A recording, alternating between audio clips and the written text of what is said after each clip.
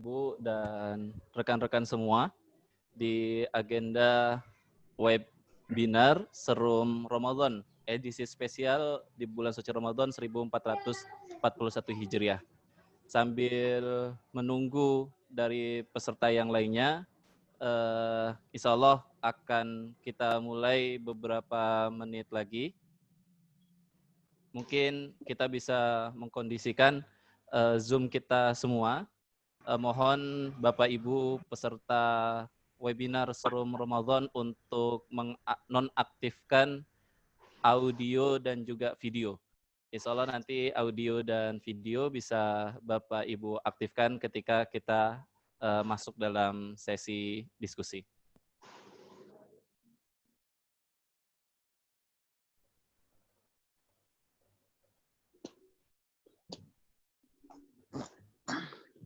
Ya, Serum Ramadan ini insya Allah akan kita laksanakan selama 6 hari ke depan.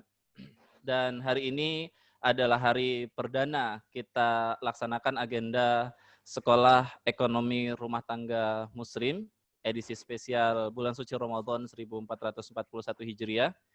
Insya Allah pengisi hari ini akan diisi oleh Ustadz Lutfi Zulkarnain, SAG, MESY, yang alhamdulillah hari ini beliau juga sudah bergabung di aplikasi Zoom kita semua.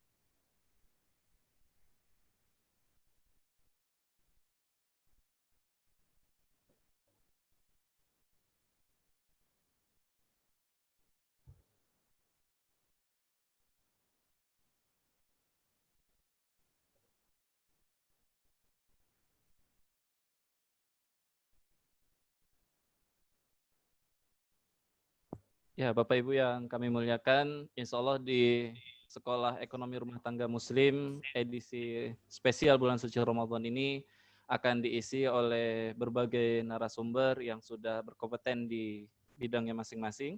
Ada Dr. Oni Syahroni, LCMA, ada Dr. Ai Nurbayinah, SEIMM, CPMM, ada Ustadz Ahmad Bishri, LCMA, ada Pak Agung Yulianto, SEAK Mkom, ada Bu Sri Mulyati, SEAK CAMAK, dan yang hari ini mengisi kita semua, insya Allah di perdana serum ini, Ustadz Lutfi Zulkarnain, SAG MESY. Adapun waktu serum Ramadan ini, insya Allah kita mulai setiap hari pukul 14.00 sampai 15.30 WIB. Baik, bagi Bapak Ibu yang baru bergabung di aplikasi Zoom, sekali lagi kami haturkan, kami ucapkan ahlan wa sahlan. Selamat datang di agenda kita di siang hari ini. Berbahagia sekali Bapak Ibu dan rekan-rekan semua bisa bergabung di agenda Serum Ramadan atau Sekolah Ekonomi Rumah Tangga Muslim di spesial bulan suci Ramadan 1441 Hijriah. Baik, insya Allah 2 menit lagi akan kita mulai agenda webinar kita Serum Ramadan 1441 Hijriah. Kembali kami mohon kepada Bapak Ibu yang sudah bergabung untuk menonaktifkan audio dan juga video Bapak Ibu semua selama acara ini berlangsung. Insya Allah audio dan video Bapak Ibu bisa dibuka ketika nanti kita akan memasuki sesi tanya jawab.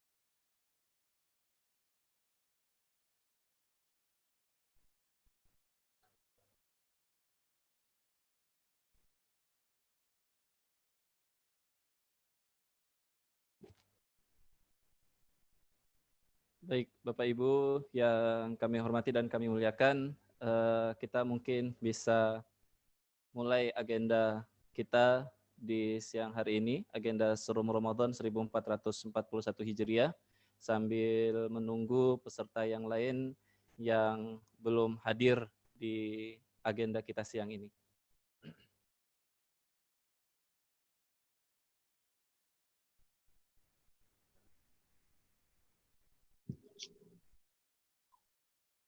Kami haturkan ahlan wa sahlan Ustadz Sigit Pramono yang alhamdulillah baru bergabung di tengah-tengah kita semua. Dan Bapak Ibu semua, sekali lagi kami ucapkan selamat datang di agenda Serum atau Sekolah Ekonomi Rumah Tangga Muslim edisi bulan suci Ramadan 1441 Hijriah. Baik, karena sudah pukul 14.00, insya Allah kita akan buka bersama agenda kita yang berkah ini. Bismillahirrahmanirrahim. Assalamualaikum warahmatullahi wabarakatuh. Waalaikumsalam warahmatullahi wabarakatuh. Alhamdulillah, alhamdulillahirabbil alamin, wassalatu wassalamu ala asyrafil anbiya'i wal mursalin, sayyidina Muhammadin wa ala alihi wa sahbihi ajma'in, amma ba'du. Alhamdulillah, puji dan syukur kepada Allah Subhanahu wa taala di waktu yang indah dan berkah ini. Kita semua di kondisi yang sulit ini, Allah masih memberikan banyak nikmat, baik nikmat iman, kesehatan, taufik, hidayah, serta inayah yang Allah berikan kepada kita semua. Dan salawat salam mari kita sampaikan kepada teladan umat manusia. Idola kita semua, Nabiullah, Nabi besar Muhammad Sallallahu Alaihi Wasallam. Yang kami hormati Ustadz Sigit Pramono, SEAK CAMM yang telah hadir di tengah-tengah kita semua. Yang kami hormati Ustadz Lutfi Zulkarnain, SAG MESY, yang alhamdulillah juga sudah bergabung di tengah-tengah kita semua. Insya Allah beliau yang akan menjadi narasumber di agenda kita siang ini. Dan yang kami hormati tentunya dan kami muliakan kepada para Bapak Ibu, rekan-rekan peserta Serum Ramadan 1441 Hijriah, Sekolah Ekonomi Rumah Tangga Muslim yang telah bergabung di ruang atau room Zoom di siang hari ini. Baik, Bapak Ibu yang kami muliakan, agar lebih berkah agenda kita di siang hari ini, mari kita sama-sama buka agenda kita dengan mengucapkan basmalah. Bismillahirrahmanirrahim. Dan mari kita dengarkan bersama tilawah Al-Quran yang akan dibawakan oleh saudara Fadilah, Mas Fadilah. Kepada Mas Fadil, waktu dan tempat kami persilahkan. Assalamualaikum warahmatullahi wabarakatuh. Waalaikumsalam warahmatullahi wabarakatuh. A'udzu billahi minasy syaithanir rajim. Bismillahirrahmanirrahim.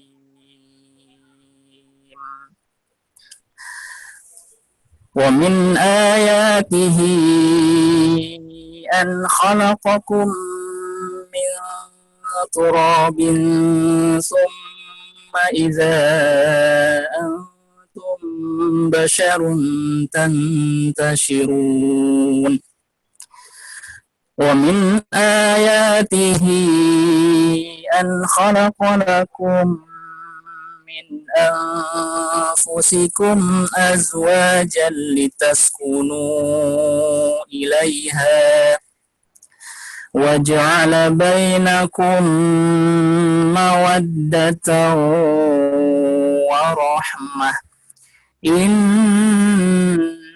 في ذلك لآيات لقوم يتفكرون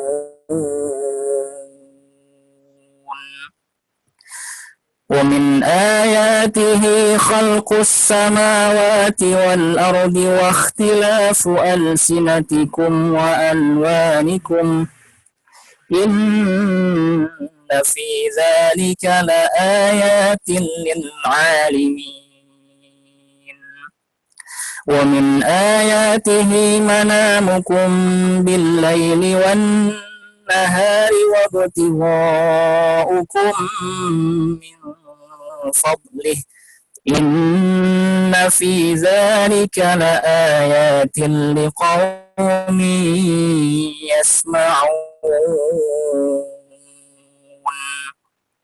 ومن آياته يريكم البرق خوفا وطمعا وينزل من السماء ماء فيحيي به الأرض بعد موتها إن في ذلك لآيات لقوم يعقلون ومن آياته أن تقوم السماء والأرض بأمره ثم إذا دعاكم دعوة من الأرض إذا أنتم تخرجون وله من في السماوات والأرض كل له قانتون صدق الله العظيم. Assalamualaikum warahmatullahi wabarakatuh. Waalaikumsalam warahmatullahi wabarakatuh. Jazakumullah ahsanul jaza Mas Fadil yang telah membacakan tilawah Al-Quran. Mudah-mudahan dengan tilawah tadi Bapak Ibu semua tentunya menambah keberkahan demi keberkahan di agenda kita dan aktivitas Bapak Ibu semua di masa-masa yang sulit ini.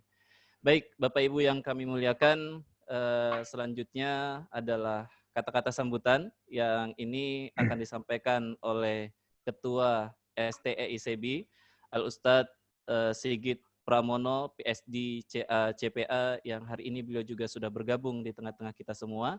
Kepada Pak Sigit, waktu dan tempat kami persilahkan dengan segala hormat. Baik, terima kasih Pak Misbah. Assalamualaikum warahmatullahi wabarakatuh.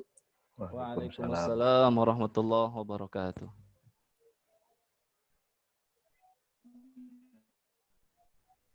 Alhamdulillah lil mu'minin yasdadu imana ma'a imanihim walillahi junudus samawati wal ard wa kana Allahu aliman hakima. Wassalatu wassalamu ala Rasulillah wa ala sahbihi ajma'in amma ba'du. Alhamdulillahirabbil alamin, tentunya segala rasa syukur kita, segenap puja-pujian kita panjatkan kepada Allah Subhanahu wa taala di hari yang penuh berkah ini, di hari yang mulia ini kita bisa bersama-sama dalam satu agenda yang sangat kita nantikan, serial kegiatan Serum Sekolah Ekonomi Rumah Tangga Muslim edisi khusus bulan Ramadan. Tentunya setelah itu kami ucapkan selamat datang kepada seluruh peserta, seluruh rekan-rekan, para asatidz yang kami muliakan. Selamat bergabung dalam kegiatan ikhtiar kecil kami ini untuk bersama Bapak Ibu mensiarkan ekonomi rumah tangga Muslim dan memberikan bekalan-bekalan yang bermanfaat bagi kita semua dalam bulan Ramadan ini khususnya. Wabil khusus ucapkan rasa syukur kami dan terima kasih kami sampaikan kepada seluruh pembicara yang kami hormati, kami muliakan, Al-Ustadz Dr. Oni Sahroni, kemudian ada kakanda kita, juga Al-Ustadz Ahmad Bisri yang kami muliakan, dan juga Ibu Sri Mulyati, Al-Ustazah Sri Mulyati yang sudah begitu bersemangat mendukung acara ini, dan juga wabil khusus kepada Al-Ustadz Kiai Lutfi yang sudah berkenan memberikan tausiah dan juga bimbingannya dalam acara ini. Bapak Ibu yang berbahagia dan rekan-rekan yang kami muliakan, sesungguhnya acara ini sederhana saja. Kita ingin berbagi, kita ingin membangun kesamaan di dalam pemahaman tentang ekonomi rumah tangga Muslim. Sesuatu yang sesungguhnya mungkin bagi sebagian kita terasa terlupakan atau diabaikan, padahal Al-Islam sebagai sistem hidup kita, sebagai minhajul hayah kita, itu memberikan panduan yang sangat paripurna. Termasuk halnya adalah sistem ekonomi ini. Tidak mungkin Al-Islam yang mengatur segenap kehidupan kita ini, Islam yang asyamil wa mutakamil ini, Islam yang sempurna ini, tidak mengatur satu aspek yang paling penting dalam kehidupan kita, yaitu bagaimana kita menata kehidupan ekonomi kita.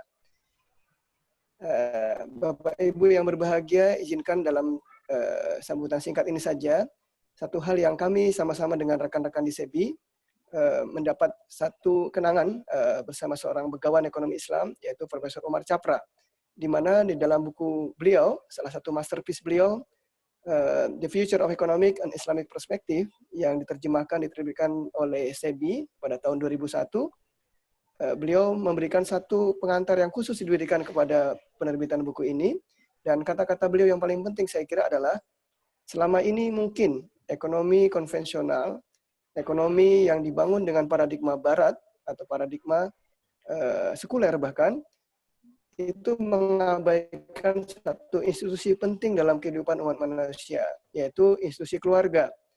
Kalaulah pabrik, perusahaan, lembaga-lembaga ekonomi itu concern tentang mekanisme pasar, ya, tentang supply dan demand, tentang perusahaan, tentang produksi dan sebagainya, termasuk economic behavior dalam hal konsumsi, tetapi mereka seringkali abai bahwa sesungguhnya yang mengisi ruang-ruang di dalam market mechanism tadi, yang mengisi ruang-ruang perusahaan itu adalah manusia, sumber daya manusia. Dan sumber daya manusia ini sesungguhnya disemaikan, dibesarkan, dan dibimbing oleh rumah tangga. Maka sesungguhnya ketika rumah tangga itu rusak atau hancur bahkan, atau gagal memberikan kontribusinya untuk membangun sebuah peradaban masyarakat yang islami, maka sesungguhnya pasar, mekanisme pasar itu diisi orang-orang, diisi oleh sumber daya manusia yang tidak mumpuni, ya, tidak mengenal tentang ajaran ekonomi Islam, tidak mengenal bagaimana adab etika Islam dalam ekonomi dan seterusnya, atau bahkan sangatnya sederhana tidak memiliki selera atau bagaimana selera itu dibangun dalam suasana Islami. Nah, jika misalnya Bapak Ibu kita semua keluarga gagal mendidik anak-anak kita dengan selera Islami, katakan ya, seleranya bermewah mewah, seleranya tidak mengenal halal dan haram, kemudian senang kezoliman, senang berbuat curang, maka pasti pasar dan mekanisme pasar diisi oleh sumber daya manusia yang demikian, yang pada akhirnya akan meruntuhkan sistem ekonomi itu sendiri. Nah, kenangan ini saya kira menjadi sangat penting saat ini, saat kita mengembangkan ekonomi syariah. Sesungguhnya ia berbasis kepada pemahaman Islam yang syamil. Dan mudah-mudahan momentum Ramadan ini dengan ikhtiar kecil dalam kegiatan serum ini, kami ucapkan semoga berjalan dengan baik, sukses, memberikan keberkahan kepada kita, memberikan pemahaman yang penting bagi kita kepada seluruh peserta. Bapak Ibu yang berbahagia, pada bagian akhir izinkan saya mengucapkan terima kasih kepada semua pihak yang sudah mendukung acara ini, tentunya kepada Lembaga Amil Zakat Jaga Sukses yang sudah memberikan perhatian dan mendukung suksesnya acara ini, dan juga lembaga think tank Stay Sebi, saya bersih, di sini ada Mbak Ai dan Ustadz Oni sebagai pimpinan dalam lembaga ini, dan juga Sebi Social Fund, ya, lembaga filantropi yang dibangun, didedikasikan untuk memberikan kemaslahatan bagi umat. Terima kasih Pak Aris yang membidani dan mengembangkan lembaga Sebi Social Fund ini. Baik, saya akhiri sambutan singkat ini, semoga bermanfaat. Wallahu a'lam bishawab. Billahi haq. Wassalamualaikum warahmatullahi wabarakatuh. Waalaikumsalam warahmatullahi wabarakatuh. Terima kasih banyak Bapak Sigit Pramono, PSD CPI yang telah memberikan sambutan di tengah-tengah kita semua. Satu hal tadi yang saya catat dari banyak kebaikan yang beliau sampaikan di tengah-tengah kita semua, bahwa rumah tangga berperan besar untuk membangun peradaban Islam di dunia ini. Baik, Bapak Ibu yang kami muliakan, tentunya di satu pekan ke depan kita akan mempelajari, memahami lebih jauh bagaimana membangun rumah tangga agar generasi-generasi yang hadir di rumah tangga menjadi generasi-generasi terbaik, menjadi penyongsong kebangkitannya peradaban Islam di Indonesia, khususnya di dunia ini. Baik, Bapak Ibu peserta Serum Ramadan Sekolah Ekonomi Rumah Tangga Muslim yang kami muliakan dan kami hormati, sebelum kita memasuki agenda inti kita bersama, yaitu materi tentang fikih rumah tangga muslim atau fikih keluarga muslim, ada beberapa hal yang ingin kami sampaikan kepada Bapak Ibu semua agar agenda kita yang berkah ini bisa berlangsung dengan baik. Yang pertama yang ingin kami sampaikan kepada Bapak Ibu semua, kami mohon untuk pertemuan selanjutnya pada Bapak Ibu semua agar masuk ke link Zoom 30 menit sebelum acara dimulai. Walaupun untuk pertemuan perdana ini kami mohon maaf kepada Bapak Ibu semua, baru bisa menginvite Bapak Ibu tepat di 15 menit sebelum agenda ini kita mulai. Yang kedua, untuk menjaga agar acara berjalan kondusif, pada saat acara sudah dimulai, peserta tidak diperkenankan untuk menerima telepon. Ini biasanya terjadi hal teknis ketika Bapak Ibu menerima telepon, maka otomatis Bapak Ibu akan mati kuota internetnya dan akan left dari room Zoom kita ini semua. Jadi kami mohon kerjasama Bapak Ibu selama agenda kita berlangsung tidak menerima telepon. Kalau telepon WhatsApp, insya Allah masih bisa. Yang ketiga, untuk prosedur tanya jawab. Nah, untuk prosedur tanya jawab, peserta yang ingin mengajukan pertanyaan dapat menuliskan chat terlebih dahulu. Setelah sesi tanya jawab dimulai, moderator akan memberikan kesempatan kepada penanya untuk menyampaikan pertanyaannya secara langsung lewat video dan audio atau tidak dibacakan oleh moderator. Mohon maaf, maksudnya di sini Bapak Ibu yang mau bertanya agar sesi kita ini lebih aktif gitu ya, lebih nyaman, Bapak Ibu bisa langsung bertanya kepada narasumber secara langsung ketika nanti narasumber sudah menyampaikan materinya. Tetapi Bapak Ibu yang akan bertanya mohon untuk mengirimkan pesan, mengirimkan chat. Bapak Ibu bisa tulis nama baru spasi bertanya. Nanti host insya Allah akan mempersilahkan Bapak Ibu dan moderator akan mempersilahkan Bapak Ibu untuk bertanya langsung kepada narasumber yang telah hadir di tengah-tengah kita semua. Baik, Bapak Ibu yang kami muliakan, oh ya tadi saya belum perkenalan pada Bapak Ibu semua. Perkenalkan, nama saya Muhammad Misbahuddin Mukhlis, biasa dipanggil Misbah. Hari ini insya Allah akan memoderatori atau memfasilitasi agenda Serum Ramadan 1441 Hijriah ini. Baik, sekali lagi kami ucapkan ahlan wa sahlan, selamat datang kepada Bapak Ibu peserta Serum.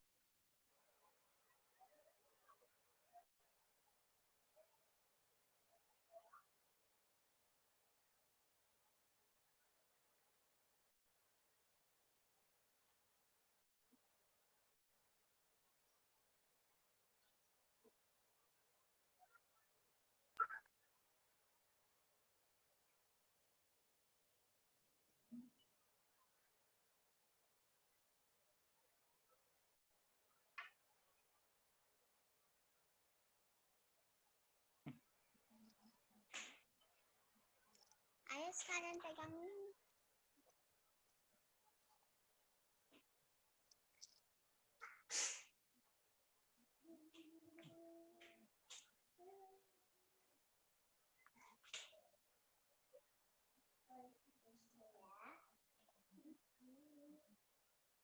Pak Misbah suaranya di mute. Pak Misbah mohon dibuka terlebih dahulu.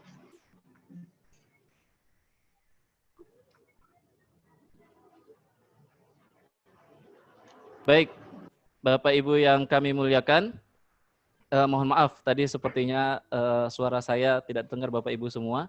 Karena waktu sudah pukul 14:18 WIB, mungkin langsung saja kita persilahkan kepada Ustadz Lutfi Zulkarnain. Tapi sebelumnya kita sapa dulu. Assalamualaikum Ustadz.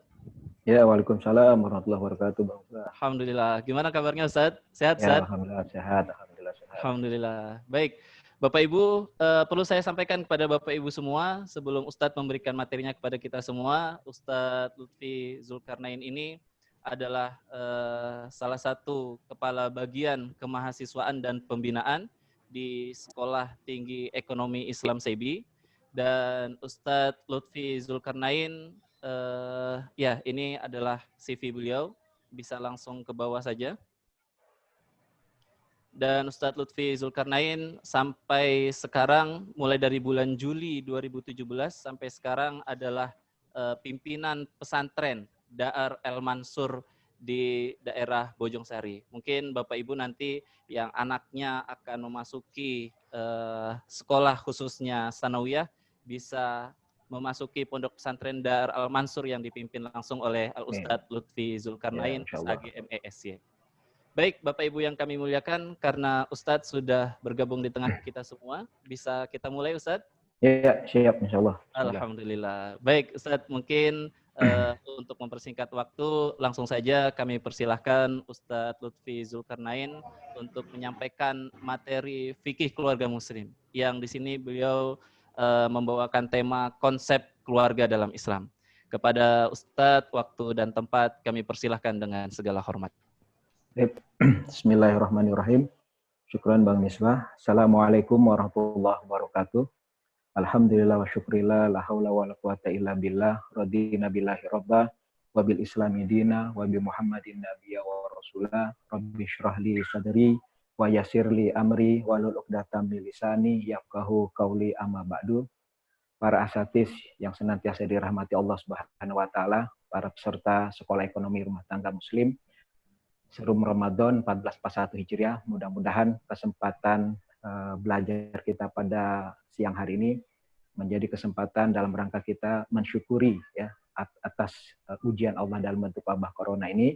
Mudah-mudahan tidak meluluh lantahkan semua yang ada, tapi tetap kita bersemangat untuk senantiasa thalabul ilmi, dan mudah-mudahan Sekolah Ekonomi Rumah Tangga Muslim sesuai dengan apa yang sudah disampaikan oleh Ustaz Sigit tadi, bahwa ini menjadi ikhtiar kecil dari kampus TCB untuk menjadikan rumah tangga Muslim ya betul-betul memberikan sebuah kontribusi nyata bagi perkembangan umat dan juga tentunya bangsa ini. Pada kesempatan siang hari ini, saya punya kesempatan mungkin sekitar 30 menit ke depan, ada slide yang sudah kami sediakan. Saya sedikit ingin menyinggung tentang konsep keluarga dalam Islam ya.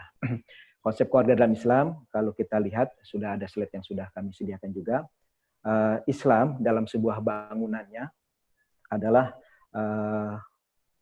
bangunan yang dilandasi oleh pilar-pilar.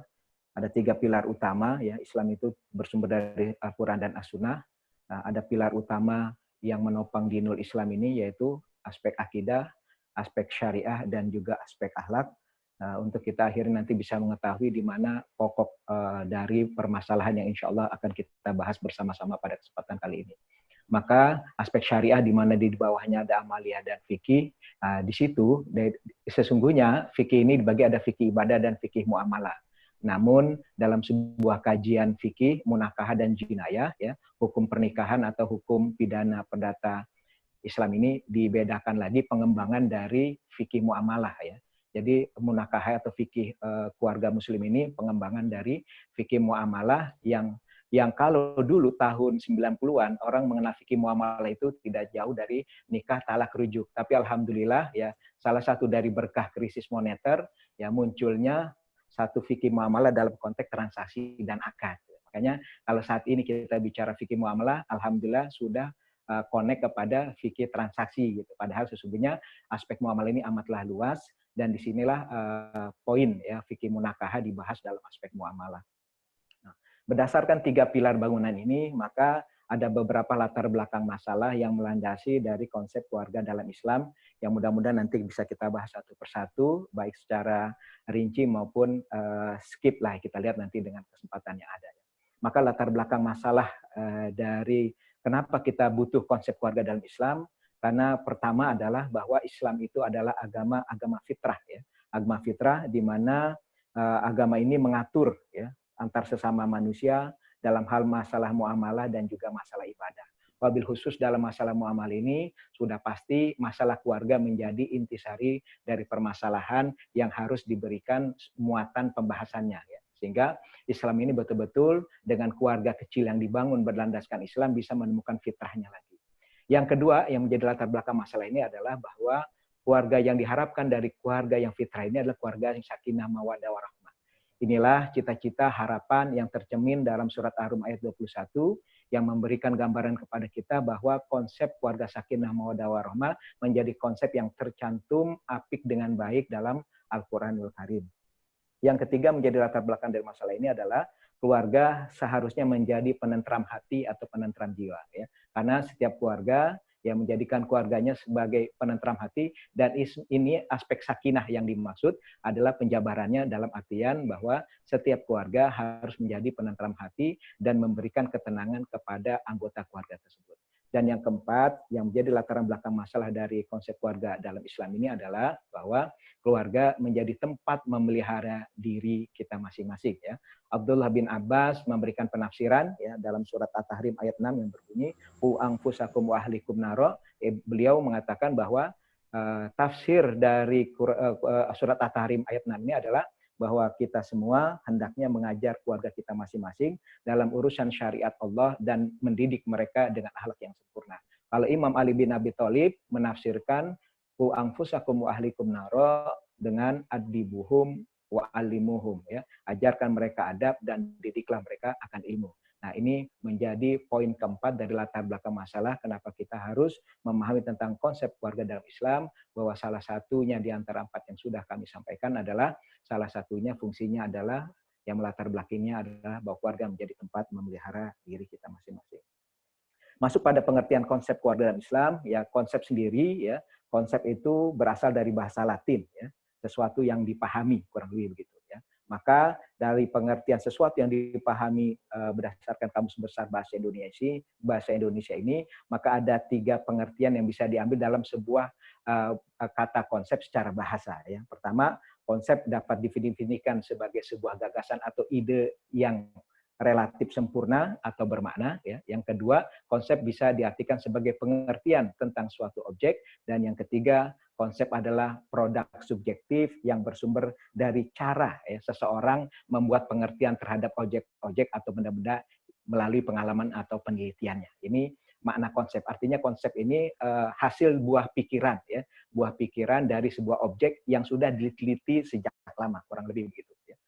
Nah, kemudian secara makna keluarga secara bahasa, ya, keluarga karena memang kajian kita konsep keluarga dalam Islam, maka asal kata keluarga tadi ya karena dia berasal dari Islam tentunya rujukan kita kepada Al-Qur'an. Ya. Maka dalam Al-Qur'an dikatakan bahwa ada kata-kata yang mewakili kata keluarga yang disebutkan Allah Subhanahu wa taala dalam beberapa lafaz. Yang pertama lafaz ahlun, yang kedua lafaz qurba, yang ketiga lafaz asyirah ya. Ada 3 ya. Ahlun, qurba dan asyirah ya. Yang pertama ahlun menurut Ar-Raghib ya salah satu mufassir ahli tafsir yang mengatakan bahwa kata ahlun ya itu memiliki 2 makna ya. Ahlun memiliki 2 makna. Yang pertama ahlur rajul, yang kedua ahlul Islam. Apa yang dimaksud dengan ahlur rajul? Menurut Ar-Raghib Al-Isfahani ya, adalah bahwa ahlur rajul ini keluarga yang senasab seketurunan.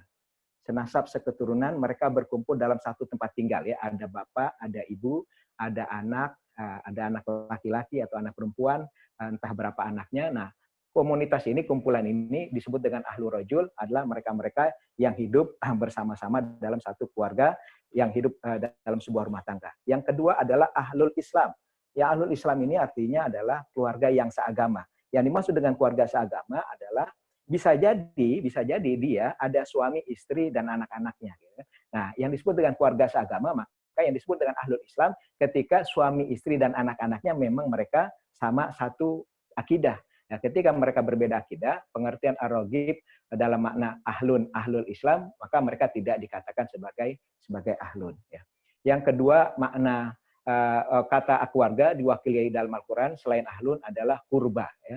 Menurut Imam Syawi dalam juz 1 halaman 65, beliau mengatakan kurba artinya adalah keluarga yang ada hubungan kekerabatan. Kurba, korib ya dari kata korib. Maka kurba menyebutkan bahwa yang dimaksud dengan kekerabatan di sini adalah termasuk baik yang termasuk mereka yang berhak menerima ahli waris maupun yang tidak termasuk ya. Ketika hubungan kekerabatannya dekat, mereka disebut dengan satu bahasa kurba ya, kurba, kata-kata kurba. Yang selanjutnya yang ketiga, pengertian konsep keluarga dalam Islam adalah asyirah. Asyirah ya, asyirah menurut Ar-Raghib Al-Isfahani, asyirah adalah keluarga seketurunan yang berjumlahnya cukup banyak ya. Dan ini biasanya mewakili cukup luas dibanding kata ahlun ataupun kurba. Maka asyirah ini punya makna seketurunan itu artinya jumlahnya banyak dan bahkan tidak terbatas ya. dalam kata-kata Al-Quran itu disebutkan kata-kata asyirah ya. Selanjutnya yang bisa kita lihat dari pengertian konsep keluarga dalam Islam ini adalah secara istilah ya. Setelah secara bahasan tadi kita sudah bahas sedikit, maka secara istilah adalah bahwa pengertian dari konsep keluarga dalam Islam, istilah secara terminologinya adalah keluarga dalam satu kesatuan hubungan antara laki-laki dan perempuan, tentunya melalui akad nikah yang akhirnya disebut dengan suami istri menurut ajaran Islam ya. Dengan adanya ikatan akad pernikahan tersebut dimaksudkan anak dan keturunan yang dihasilkan menjadi sah secara agama. Dan ini menunjukkan bahwa ada sebuah proses sebelum keluarga ini dijadikan dalam sebuah ikatan, yaitu proses pernikahan dalam bentuk akad nikah tadi sesuai dengan ajaran Islam. Dan akhirnya ikatan inilah yang menjadikan konsep keluarga tadi karena menggunakan ajaran Islam bisa disampaikan atau dimaksudkan sebagai konsep keluarga dalam Islam. Dari pengertian ini yang kemudian dilanjutkan, pernikahan adalah ya ini menjadi kata kuncinya ya dalam sebuah keluarga Muslim adalah menjadi pernikahan tadi menjadi langkah awal dalam membangun keluarga. Sehingga dari keluarga tadi akhirnya muncullah keturunan, punya anak dan selanjutnya dan akhirnya terjalin persaudaraan antara dua keluarga besar ya. Jadi pernikahan ini pada hakikatnya bukan hanya seorang laki-laki dan perempuan menjalin satu ikatan dalam satu ikatan akad nikah sesuai dengan ajaran Islam, tetapi punya konsekuensi berdasarkan Al-Nur Rahim dalam bimbingan dan konseling dalam Islam mengatakan bahwa sesungguhnya pernikahan yang dimaksud itu ada pernikahan dua keluarga besar yang tentunya akan menjadi silaturahim yang luar biasa. Itu pengertian konsep keluarga dalam Islam. Untuk itu bisa disimpulkan bahwa definisi konsep keluarga dalam Islam ya, definisi konsep keluarga dalam Islam, jika kita telah dari konsep yang sudah dijelaskan tadi, konsep keluarga, konsep makna makna keluarga secara bahasa, kemudian secara istilah, maka definisi konsep keluarga Islam adalah suatu rancangan ide yang dirumuskan untuk suatu keluarga yang terikat dalam hubungan pernikahan, baik dari segi metodenya, tujuannya, prinsipnya, dan fungsi dari keluarga tersebut berdasarkan ajaran Islam ya. Artinya ada beberapa hal yang harus diperhatikan sehingga konsep keluarga dalam Islam ini betul-betul bisa sesuai dengan apa yang diniatkan dari awal. Setidaknya yang harus kita perhatikan adalah apa tujuannya, kemudian apa prinsip-prinsipnya, dan juga apa fungsinya dari keluarga yang dibangun berdasarkan landasan Islam tersebut. Maka dari situ kita bisa mengulas dan membahas tentang tujuan keluarga dalam Islam. Apa sih tujuan keluarga dalam Islam? Imam Ghazali dalam kitabnya Ihya Ulumuddin menyampaikan kepada kita semua setidaknya ada lima tujuan keluarga dalam Islam. Imam Al-Ghazali mengatakan yang pertama, beliau mengatakan bahwa tujuan keluarga dalam Islam itu adalah dalam rangka mendapatkan dan melangsungkan keturunan. Ya. Mendapatkan dan melangsungkan keturunan berdasarkan Quran Surat Al-Furqan ayat 74, yang berbunyi waladina yaquluna rabbana hab lana min azwajina wa dzurriyyatina qurrata a'yun waj'alna lil muttaqina imama. Ya. Maka ini menjadi tujuan keluarga dalam Islam dan ini harus ada dalam setiap keluarga-keluarga Muslim untuk tujuan tersebut. Yang kedua, menjadi tujuan keluarga dalam Islam adalah memenuhi hajat manusia, menyalurkan syahwatnya dan menumpahkan kasih sayangnya. Ya. Ini inspirasinya dari Quran Surat Al-Imran ayat 14 ya, zuyyina linnasi hubbus syahawat minan nisa'i wal banin, bahwa tujuan berkeluarga dalam Islam adalah memenuhi hajat manusia dalam rangka menurunkan syahwatnya dan menumpahkan kasih sayangnya yang membedakan manusia ya sebagai makhluk Allah yang paling sempurna dengan makhluk Allah yang lain ya. Nah, yang ketiga yang perlu diketahui sebagai tujuan berkeluarga adalah dalam rangka memenuhi panggilan agama, memelihara diri dari kejahatan dan kerusakan. Dalam rangka memenuhi panggilan agama, Quran Surat Ar-Rum ayat 21, sebagaimana yang sering kali kita dengar dalam momen akad nikah yang ada di sekitar rumah tangga kita. Wa min ayatihi an khalaqalakum min anfusikum azwajan litaskunu ilaiha wa ja'ala bainakum mawaddatan wa rahmah. Itu tujuan keluarga yang yang ketiga. Yang keempat yaitu menumbuhkan kesungguhan untuk bertanggung jawab menjalankan kewajiban dan menerima hak, juga bersungguh-sungguh untuk memperoleh harta kekayaan yang kekal. Inspirasinya dari Quran Surat An-Nisa ayat 34, ar-rijalu qawwamuna 'alan nisa bima faddalallahu ba'dahum 'ala ba'din wa bima anfaqu min amwalihim. Yang kelima, ya menurut Imam Ghazali dari Tujuan Berkeluarga berdasarkan kitab Ihya Ulumuddin yang beliau karang adalah membangun rumah tangga untuk membentuk masyarakat yang tentram atas dasar cinta dan kasih sayang, ya. Inspirasi dari Quran surat Al-A'raf ayat 189, waladzi khalaqakum min nafsin wahidah wa ja'ala minha zawjaha liyaskuna ilaiha, ya. Inilah 5 hal yang menjadi tujuan dari keluarga dalam Islam. Selanjutnya, ya, ada prinsip keluarga dalam Islam, ya. Prinsip keluarga dalam Islam, yang prinsip yang pertama adalah prinsipnya ada berpegang pada tauhid, ya. Apa yang maksud dengan berpegang pada tauhid? Karena ini menjadi satu simpul, ya, satu simpul kewajiban setiap umat manusia, wa ma khalaqul jinna wal insa illa liya'budun, bahwa pada hakikatnya diciptakan jin dan manusia ke atas muka bumi ini dan mereka beribadah kepada Allah. Maka tujuan ibadah kepada Allah, ya, dalam konteks berpegang pada tauhid haruslah menjadi satu prinsip yang dimiliki oleh setiap keluarga dalam Islam, ya. Yang kedua, batasan-batasannya dalam menegakkan prinsip tadi tentunya adalah batasan-batasan syariah, ya, batasan-batasan syariah. Artinya ketika kita sudah menentukan bahwa tauhid menjadi tujuan kita dan mereka beribadah kepada Allah, maka semua aktivitas yang kita lakukan tidak boleh tidak kecuali menyesuaikan dengan syariah yang sudah Allah tentukan. Seperti apa? Tentunya kita bisa melihat dengan apa yang sudah Rasul contohkan kepada kita semua, dan juga apa yang sudah disampaikan oleh para alim ulama dan juga masyayikh kepada kita semua. Tentunya bisa kita lihat bagaimana cara kita memilih pasangan, bagaimana cara kita meminang, bagaimana akad nikah yang kita laksanakan, bagaimana kita mencari nafkah, bagaimana kita mengurus rumah tangga, bergaul dalam berkeluarga, berpakaian, makan dan minum, ibadah, pengasuhan anak, bahkan sampai hal-hal yang sifatnya batiniah, baik dalam bentuk akhlak maupun fikih, jima, semuanya harus sesuai dengan batasan syariah yang sudah ditentukan oleh agama Islam dengan apa yang sudah dijelaskan oleh Rasulullah SAW. Nah, selanjutnya tidak kalah penting juga, setelah tadi kita bahas tentang tujuan, kemudian ada prinsip, maka yang ketiga adalah fungsi keluarga dalam Islam. Nah, ini fungsi sangat penting untuk kita pahami, karena disinilah banyak kehilangan kendali setiap keluarga yang sudah dilaksanakan aktivitas akdo nikahnya dan sudah dititipkan putra-putri di dalamnya, tapi fungsi dari keluarga ini masih belum bisa dijalankan dengan baik. Nah, disinilah mudah-mudahan ada sedikit pembahasan yang bisa kita sedikit perluas terkait dengan fungsi keluarga dalam Islam. Yang pertama tentunya adalah fungsi biologis, sebagaimana kita maklumi bahwa pada umumnya orang menikah itu ingin sekali, ya, memiliki keturunan yang soleh dan solehah. Maka fungsi ini menjadi fungsi yang paling utama yang menjadi bagian dari fungsi keluarga dalam Islam. Dan disinilah akhirnya orang menemukan jodohnya masing-masing sesuai dengan apa yang sudah diniatkan, dan tentunya mudah-mudahan menjadi sebuah keberkahan dari pernikahan yang sudah dilakukan. Dan disinilah juga, ya, terkadang orang juga hampir tidak jadi, kurang lebih begitu, ya, karena pertimbangan-pertimbangan yang dilakukan bukan pertimbangan keimanan tapi pertimbangan yang lain, ya. Padahal dalam memilih jodoh itu sudah sangat kuat disampaikan oleh Rasulullah SAW terkait dengan bagaimana kita memilih jodoh, ya. Nah, di situ disampaikan berdasarkan hadis riwayat Abu Hurairah, ani Nabi SAW, tunkahul mar'atu li arba'in, lima liha, wali nasabiha, wali jamaliha, wali diniha, fasfar bizatidin, taribat yadaka, ya.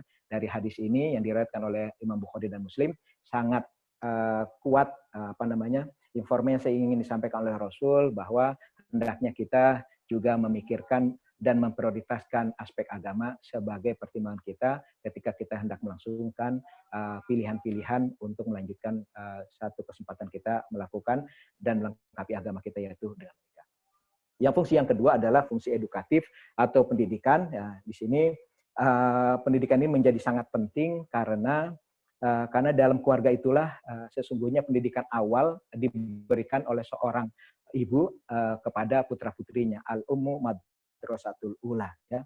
Al-ummu madrasatul ula. Di sini menjadi fungsi pendidikan ini sangat penting sekali untuk bisa memberikan gambaran dan juga memberikan sebuah wacana bahwa keluarga ini adalah keluarga yang akan dibangun dengan berlandaskan ajaran Islam, sehingga tentunya menjadi keluarga muslim yang bisa menjadi teladan buat orang lain. Di sini peran orang tua sangat penting untuk bisa memberikan aspek pendidikan ini dengan baik. Nah, selanjutnya fungsi yang ketiga adalah fungsi religius, ya, fungsi religius.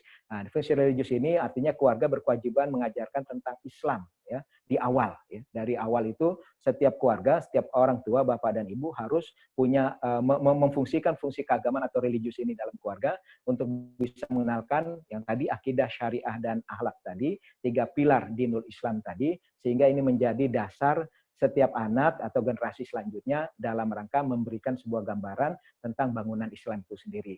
Setelah itu diberikan kesempatan untuk belajar di tempat-tempat formal, itu sisi yang lain. Tapi memperkenalkan aspek fungsi religius atau keagamaan kepada anak, tentunya ini menjadi kewajiban setiap orang tua kepada putra-putri mereka, ya. Di sini bisa digambarkan wa'mur ahlaka bis-shalah, ya.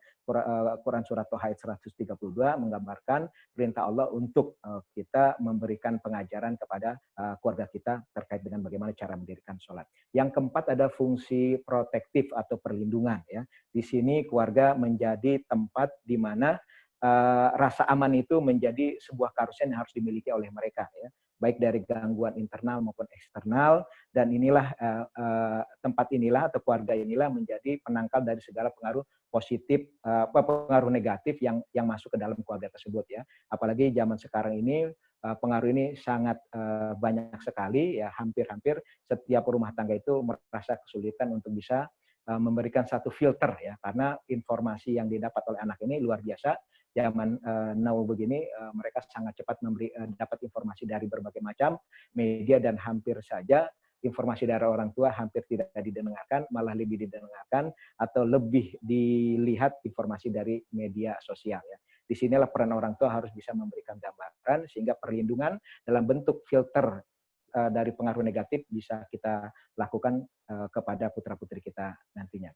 Yang kelima, fungsi sosial budaya, ya. Fungsi sosial budaya, maka setiap keluarga itu punya kewajiban untuk memberi bekal kepada anggota keluarganya tentang hubungan yang berlaku di masyarakat, ya. Hubungan bermasyarakat, bertetangga, gitu kan, dengan harapan budaya lokal itu betul-betul bisa memberikan budaya lokal yang dibangun, kemudian budaya kearifan lokal yang ada di sekitar kita bisa disinkronisasi sehingga tidak menjadi tumpang tindih, justru akhirnya bisa menjadi akulturasi atau pencampuran budaya, dan akhirnya memberikan sebuah kesan bahwa setiap keluarga muslim harus bisa masuk dalam setiap kondisi sosial budaya di mana mereka tinggal. Yang keenam adalah fungsi ekonomi. Nah, ini fungsi ekonomi menjadi fungsi di mana kajian sekolah ekonomi rumah tangga muslim ini diadakan, ya. Karena kenapa ini begitu penting, ya, dan ini menjadi ikhtiar kampus TCB untuk bisa memberikan satu wawasan terkait dengan sekolah ekonomi rumah tangga muslim, karena rupanya setiap keluarga merupakan kesatuan ekonomi yang memberikan satu sama lain aktivitas mencari nafkah. Ya, aktivitas mencari nafkah tentunya berpusat dari keluarga, ya, dan dari sini bisa juga diadakan sebuah pembinaan usaha, perencanaan anggaran, pengelolaan keuangan, dan memanfaatkan sumber-sumber penghasilan yang lainnya, di mana fungsi ekonomi bisa dioptimalkan seiring dengan kebutuhan yang dirasakan, ya. Selain itu juga perlu diketahui terkait dengan fungsi ekonomi bagaimana mendistribusikan harta yang dimiliki, gitu kan, secara adil dan profesional sampai akhirnya kita semua bisa mempertanggungjawabkan kekayaan yang Allah berikan dalam bentuk harta benda secara sosial dan moral. Ini sangat penting fungsi ekonomi, sehingga sekolah ekonomi rumah tangga muslim ini menjadi sebuah ikhtiar kampus TCB dan bisa memberikan satu wawasan kepada kita semua. Yang ketujuh ada fungsi status keluarga untuk menunjukkan status. Nah, ini juga kalau anak kosan biasanya dia tidak terlalu dianggap di masyarakat kecuali dia aktif, ya, dalam masyarakat secara umum begitu. Tapi ketika orang sudah berkeluarga, biasanya orang akan lebih dikenal, ya, karena dia punya tanggung jawab bukan hanya pada keluarganya sendiri, juga pada lingkungannya. Dan disinilah keluarga punya fungsi untuk bisa memberikan satu informasi status mereka dan menunjukkan status mereka kepada masyarakatnya. Yang kedelapan, fungsi reproduksi, ya, sebagaimana fungsi tadi biologi sudah kita bahas. Yang kesembilan adalah fungsi rekreatif. Di sini makna sakan atau sakna, ya, di mana keluarga harusnya merupakan tempat yang memberikan kesejukan kepada anggota keluarga dan tentunya juga bisa memberikan penyegaran, refreshing kepada mereka dengan aktivitas-aktivitas yang bisa dilakukan di antara keluarga tersebut. Itu terkait dengan fungsi keluarga dalam Islam. Selanjutnya, ya, untuk pemenuhan hak dan kewajiban keluarga dalam Islam, konsep keluarga menurut Islam ini intinya tidak berbeda dengan konsep keluarga sakinah yang ada pada syariah ya. Jadi saya coba menggambarkan konsep keluarga dalam Islam itu dalam tataran satu konsep di mana kita memiliki gagasan, karena memang koridor pembahasannya adalah Islam, tentunya yang kita ambil dari Al-Quran.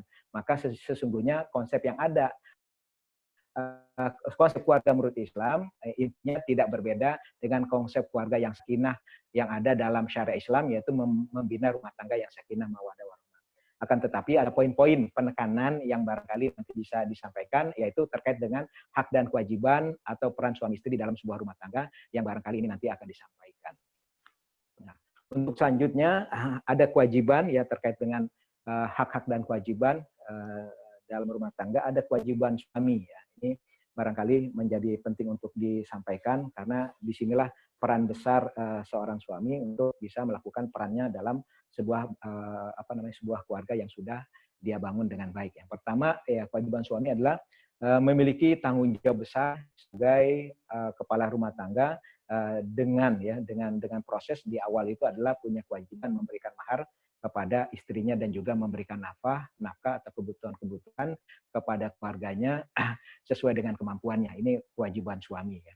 Nah, yang kedua, kewajiban suami lainnya adalah menggauli istri secara ma'ruf, wa ashiruhunna bil ma'ruf, artinya dengan cara yang baik. Nah, kata ma'ruf ini menurut Profesor Azhar Bashir ya, beliau mengatakan ada 3 makna ma'ruf tadi, wa ashiruna bil ma'ruf. Yang pertama, menghormati, menghargai dan melakukan dengan baik ya. Artinya istri kita hormati, kita hargai dan kita perlakukan dengan baik ya, dengan harapan di situ akan ada peningkatan ya, peningkatan baik dari sisi agama, akhlak dan ilmu pengetahuan sesuai dengan yang dibutuhkan ya. Harus ini menjadi kewajiban suami dengan memahami kata ma'ruf tadi, wa ashiruhunna bil ma'ruf, untuk bisa memberikan penghargaan dan penghormatan dan juga perlakuan yang baik dalam rangka peningkatan taraf hidup, bukan hanya masalah ekonomi tapi masalah agama, akhlak dan pengetahuan kepada istri mereka masing-masing. Yang kedua, kata ma'ruf ini menurut Azhar Bashir memiliki makna adalah menjaga dan melindungi nama baik istri. Yang ketiga, beliau mengatakan bahwa kata ma'ruf juga memenuhi kebutuhan kodrat biologis yang dimiliki oleh istri kita masing-masing. Nah, di sini menjadi sebuah kewajiban suami yang tidak harus dilakukan oleh setiap suami kepada istri mereka masing-masing. Nah, selanjutnya yang tidak kalah penting adalah kewajiban istri. Ya, apa kewajiban istri? Nah, istri ini menarik ya. Istri ini kewajibannya adalah terhadap suaminya adalah umumnya tidak berbentuk materi secara langsung, tetapi dalam bentuk non materi. Ya. Seperti ketaatan, kepatuhan pada suami gitu ya. Kemudian dalam batasan-batasan syariah, maka bekerja itu bukan kewajiban istri, ya bekerja itu kewajiban suami. Kewajiban istri adalah taat, patuh gitu kan pada suami, dan disitulah peran yang harus dimainkan oleh istri sehingga ketenangan batin itu bisa dirasakan oleh setiap rumah tangga yang istrinya melakukan kewajibannya dengan baik. Yang kedua, selain istri juga harus mengupayakan untuk melaksanakan fungsi reproduksi secara baik dan sehat. Adapun penentuan berapa jumlah keturunan, ini silahkan dimusyawarahkan ya. Suami istri silahkan memusyawarahkan dia mau punya anak berapa. 12, 11, 10, 4, 3 sesuai dengan kebutuhan masing-masing dan kesanggupan masing-masing. Tentunya usia dan lainnya akan jadi pertimbangan. Ya, ini surat Asy-Syura ayat 38 wakil tentang kata-kata musyawarah itu tadi. Nah, selanjutnya yang perlu kita pahami adalah apa kewajiban bersama di antara suami istri ya. Ini juga menjadi menarik ya, ada kewajiban suami, ada kewajiban istri, ada kewajiban bersama di antara mereka, di mana ini menjadi kata kunci dari keberlangsungan keluarga muslim sesuai dengan manhaj yang sudah digariskan dalam rumah tangga Islam. Ya. Yang pertama dikatakan menurut Syafruddin ada 3. Yang pertama kewajiban bersama mereka adalah mereka bergaul dan bersenang-senang di antara keluarganya, dan ini sesungguhnya hakikat dari pernikahan atau perkawinan. Ya. Jadi bersenang-senang itu menjadi kewajiban di antara keduanya, artinya harus saling ya, tidak boleh tepuk sebelah tangan, harus saling melakukan muamalah bil ma'ruf, saling bermuamalah dengan baik, bergaul dengan baik. Yang kedua ya, yang menjadi kewajiban bersama mereka adalah timbulnya hubungan suami dengan keluarga istrinya, dan sebaliknya hubungan istri dengan keluarga suaminya. Ini menjadi hubungan timbal balik, bukan hanya antara 2 orang yang baru saja menikah kemudian punya rumah tangga dan punya keturunan, tetapi harus juga menjalin hubungan antara keluarga besar suami dan juga keluarga besar istri. Dan yang ketiga, yang menjadi kewajiban bersama mereka adalah mereka harus saling mewarisi di antara antara suami dan istri, dan masing-masing pihak punya punya hak waris ketika salah satu di antara keduanya meninggal atau mengalami kematian. Dan ini akan ada pembahasannya terkait dengan fikih waris.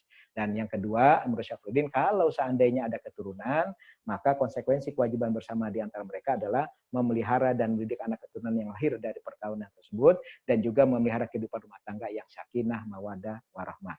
Ini menjadi kewajiban bersama yang harus dilakukan oleh setiap suami dan setiap istri dalam rumah tangga mereka masing-masing.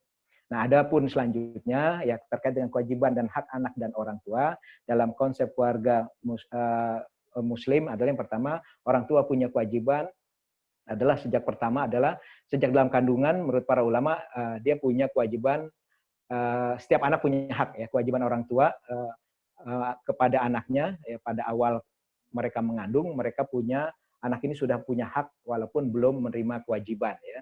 Jadi anak itu udah lebih duluan, inilah makanya sampai kapanpun yang namanya anak nggak boleh dia durhaka sama orang tua, karena dari awal saja sudah hak yang diberikan ya, sudah kewajiban orang tua yang diberikan kepada mereka, karena saat itu anak baru mendapat hak walaupun belum menerima kewajiban. Maka ini kewajiban orang tua sejak dalam kandungan ya, memelihara, kemudian memberikan hak-hak anak kepada mereka.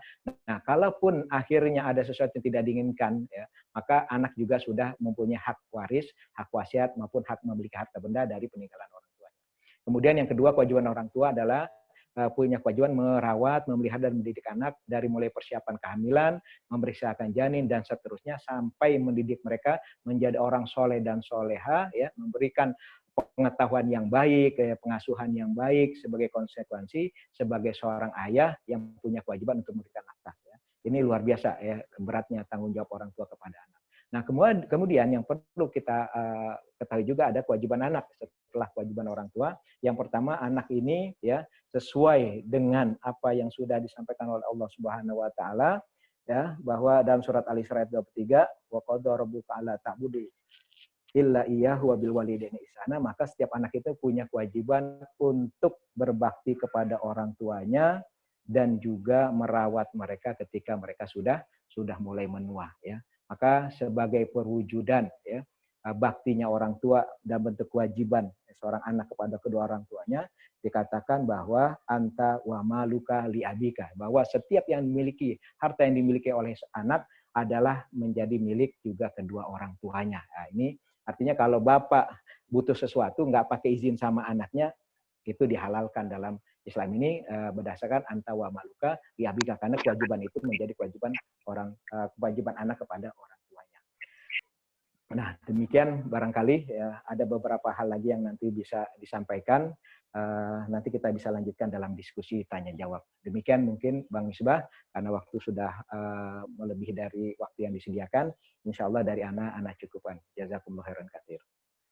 Baik, jazakumullah ahsanul jaza Ustadz Lutfi Zulkarnain yang telah memaparkan sangat gamblang sekali materi fikih keluarga atau kewajiban dalam keluarga. Tadi Bapak Ibu sudah mendengar semua bagaimana tujuan daripada sebuah keluarga, apa kewajiban seorang suami, kewajiban seorang istri, hak seorang orang tua, dan juga hak seorang anak. Baik, Bapak Ibu yang kami muliakan, kita selanjutnya akan masuk ke sesi diskusi atau sesi tanya jawab. Sekali lagi kami persilahkan Bapak Ibu yang akan bertanya atau berdiskusi di forum ini, silakan mengirimkan pesan, nama, dan spasi bertanya ke chat Zoom kita di siang hari ini. Kalaupun memang Bapak Ibu berkenan untuk bertanya langsung via chat, monggo untuk mengirimkan pertanyaan via chat, insya Allah akan dibacakan oleh moderator.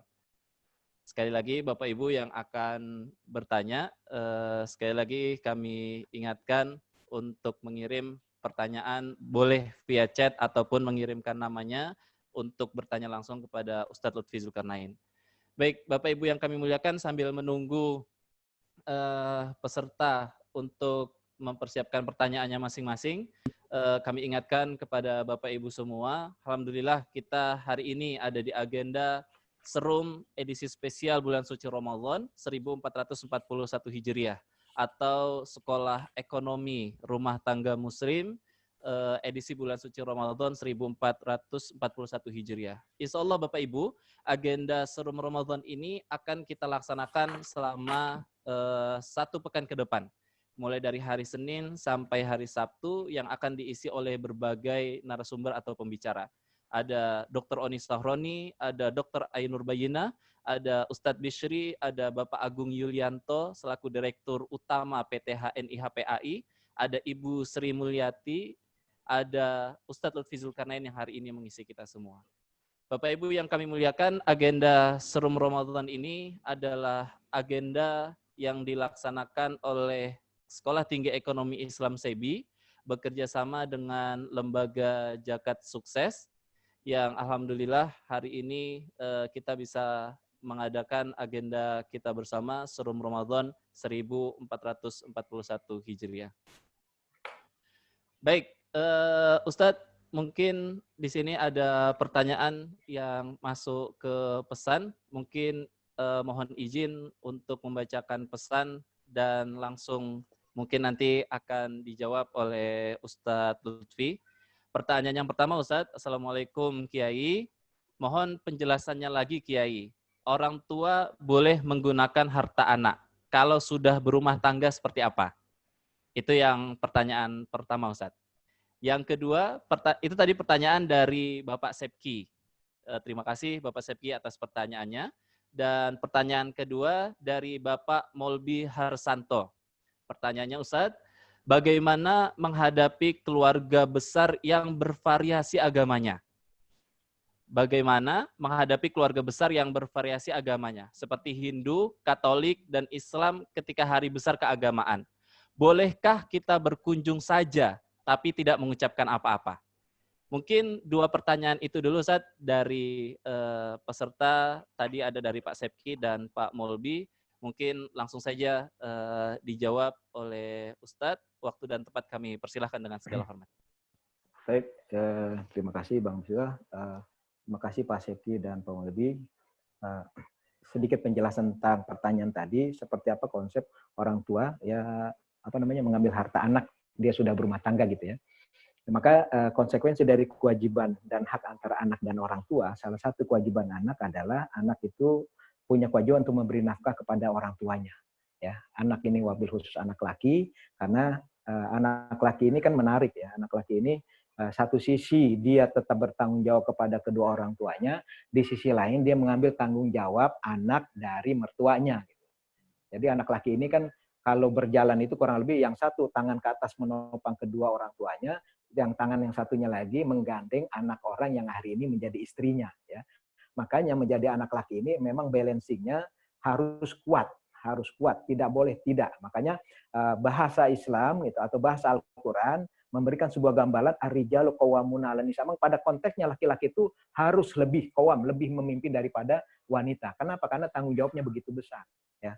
Nah, dalam pembahasan tadi kaitan dengan kewajiban hak anak dan orang tua, maka dalam kesempatan yang sama seorang anak laki-laki yang sudah berumah tangga, ya dia mengambil kewajiban tanggung jawab dari anak yang akhirnya menjadi istrinya gitu ya, dari mertuanya kemudian jadi tanggung jawabnya dalam proses akdu nikah itu kan peralihan.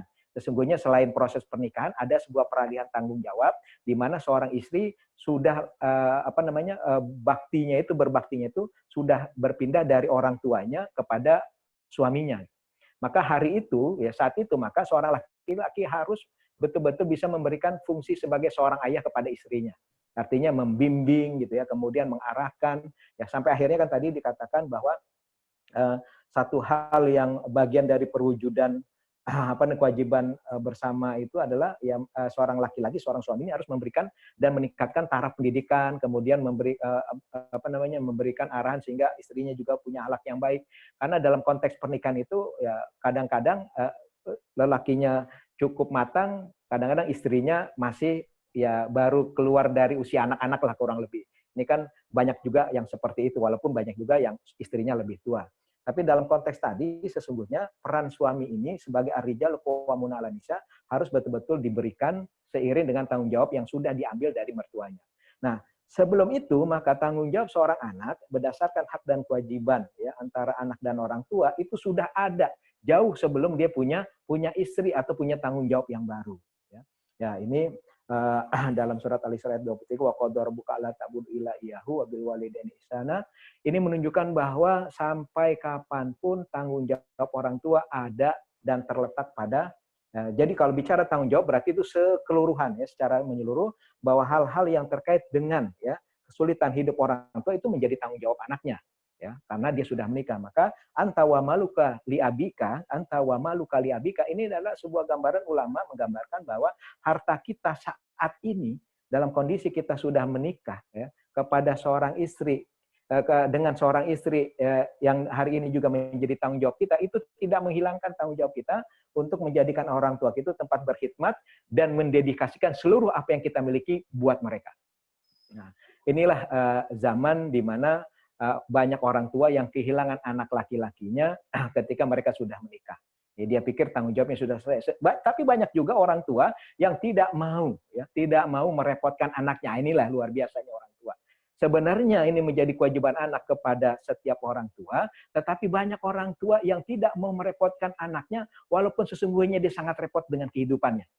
Disinilah fungsi anak untuk betul-betul bisa memposisikan dalam posisi bahwa dia punya kewajiban tanpa diminta, maka itu menjadi kewajiban yang harus dia laksanakan sebagai kewajiban seorang anak kepada orang tua dalam memanai sebuah perkataan anta wa maluka li abika. Bahwa seluruh harta yang kita miliki, kapan aja orang tua kita mau ambil, karena itu sesungguhnya milik mereka ya, kecuali harta istri kita ya. Artinya gini, kita datang ya, kita nikah ya, tinggal di rumah mertua, dapat dari mertua, itu mah harta istri bukan harta kita ya. Kalau diambil sama orang tua kita ya marahlah mertua kita. Tapi dalam konteks harta yang kita hasilkan atas jerih payah kita sendiri sebagai seorang anak dan kemudian dinikmati dalam bentuk nafkah buat anak istri kita, maka itu juga tetap menjadi milik dari kedua orang tua kita. Artinya anta wa maluka li abika, jangan sampai ya kesulitan yang dimiliki atau kesusahan yang dimiliki oleh kedua orang tua kita menyebabkan abai kita karena kita punya urusan rumah tangga kita sendiri. Ini yang tidak boleh dipahami seperti itu ya. Yang kayak seharusnya semaksimal mungkin penghikmatan seorang anak ketika kedua orang tuanya masih hidup dan sehat, maka segala macam kebutuhan menjadi tanggung jawabnya. Walaupun hari ini banyak sekali orang tua yang tidak mau merepotkan putra-putrinya. Buat mereka kebahagiaannya adalah ketika melihat anaknya berbahagia dengan keluarganya. Ini adalah kemuliaan, sisi kemuliaan orang tua yang dimiliki oleh orang tua yang hari ini insya Allah masih banyak. Ya kalaupun tidak, maka itu tetap menjadi kewajiban kita. Itu barangkali wallahu a'lam. Yang kedua dari Bang Molbi ya, bagaimana kita bermuamalah dalam keluarga besar yang berbeda agama. Ya, Islam juga mengajarkan ya bahwa kita punya makna tasamu atau toleransi ya. Toleransi ini artinya kita menghormati perbedaan satu dengan yang lain dalam masalah akidah.